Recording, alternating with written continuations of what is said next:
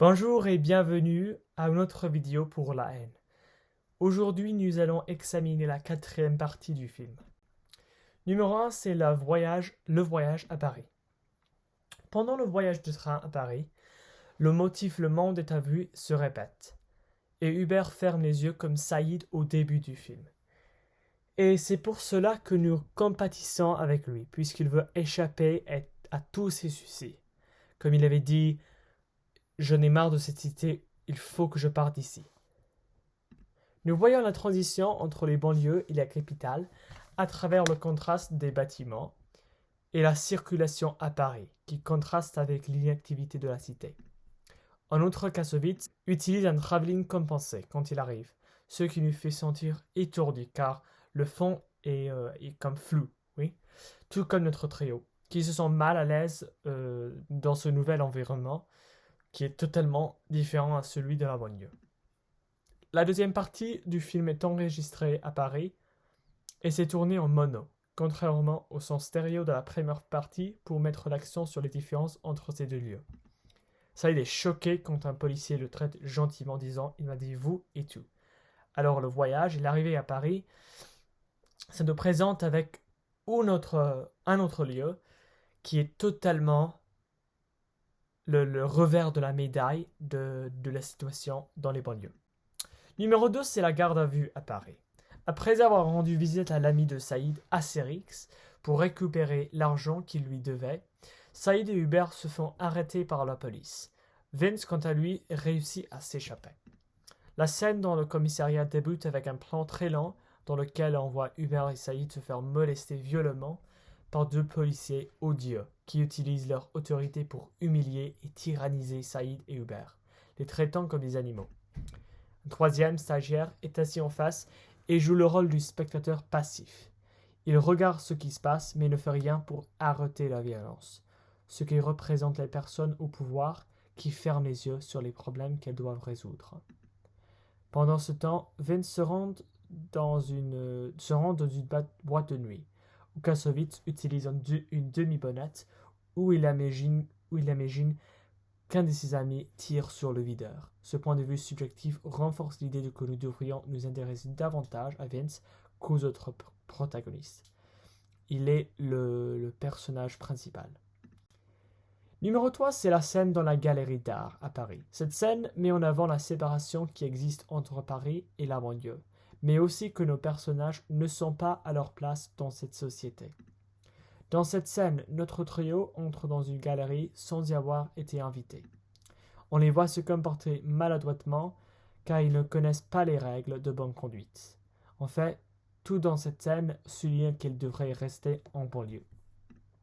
Le point culminant de cette scène est lorsqu'ils se font expulser de la galerie à cause de leur attitude envers les deux femmes.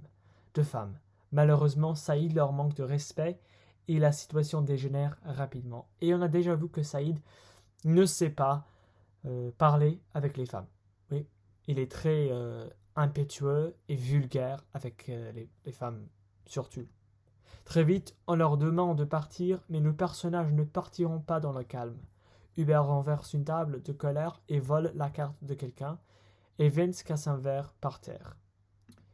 Les bourgeois s'opposent directement au comportement des jeunes, et l'un d'eux dénonce le malaise des banlieues. Alors, il y a un grand écart, une séparation visible entre les bourgeois, les Parisiens, les personnes qui vivent dans la capitale et les banlieusards, les jeunes qui font des bêtises, qui ne sont pas aussi polis que les Parisiens. Hein. Et numéro 4, c'est la scène avec les skinheads. Saïd et Hubert rencontrent un groupe de skinheads dans les rues de Paris et ceux-ci les agressent violemment. Une bagarre violente commence. Soudain, Vince arrive et sort son arme. Alors que les autres skinheads s'enfuient, Saïd, Hubert et Vince se vengent sur un d'entre eux. Le téléspectateur ressent la tension qui monte de nouveau. Vince est très énervé et frustré. Il dit qu'il veut tuer le skinhead pour venger Abdel. On peut voir ici que les rôles sont inversés. Hubert, qui est plutôt pacifiste, pousse Vince à agir, mais il sait pertinemment que Vince ne passera pas à l'action. On pourrait dire que Hubert veut faire comprendre à Vince que tuer un skinhead est un acte futile et aussi qu'il est incapable de tuer. Finalement, Vince abandonne et il se rend compte, enfin, qu'il est incapable de tuer en aucune circonstance. Et finalement, nous avons la scène finale. Après leur mésaventure nocturne à Paris, nos trois amis reviennent dans la cité. Nos amis se disent au revoir et se séparent pour rentrer chez eux.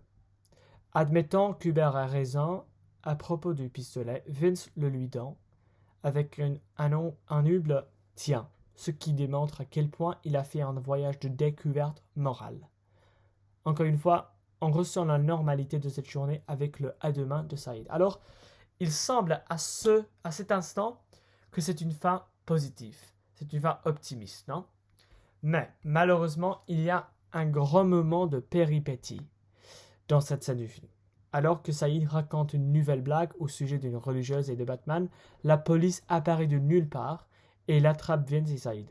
Notre-Dame menace Vince avec son arme et accidentellement lui tire dessus. Il appuie sur la gâchette accidentellement. Et Vince tombe par terre. Il est mort. Hubert, qui était revenu pour aider ses amis, sort le pistolet que Vince lui avait donné. Hubert pointe son arme sur Notre-Dame et celui-ci fait de même, dans un premier plan. L'horloge va ensuite changer pour la première fois du film et passer de 6h à 6h01.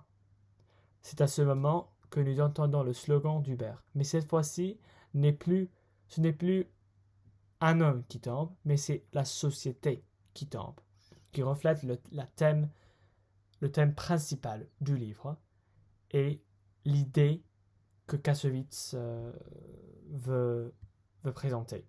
Que la société et les autorités, les personnes normales doivent entendre la situation des pauvres, des immigrés, des banlieusards. Non? Et la société tombe à cause de la violence, à cause de la corruption, à cause de la séparation entre les classes. Non? Et ça, c'est le message principal du film. On entend alors un coup de feu, mais on ne verra pas ce qui se passe. La caméra fait un gros plan sur le visage atterré de Saïd, éclairé par le gyrophare de la voiture de police. Ensuite, un long silence. Et ça, c'est la fin du livre. Merci.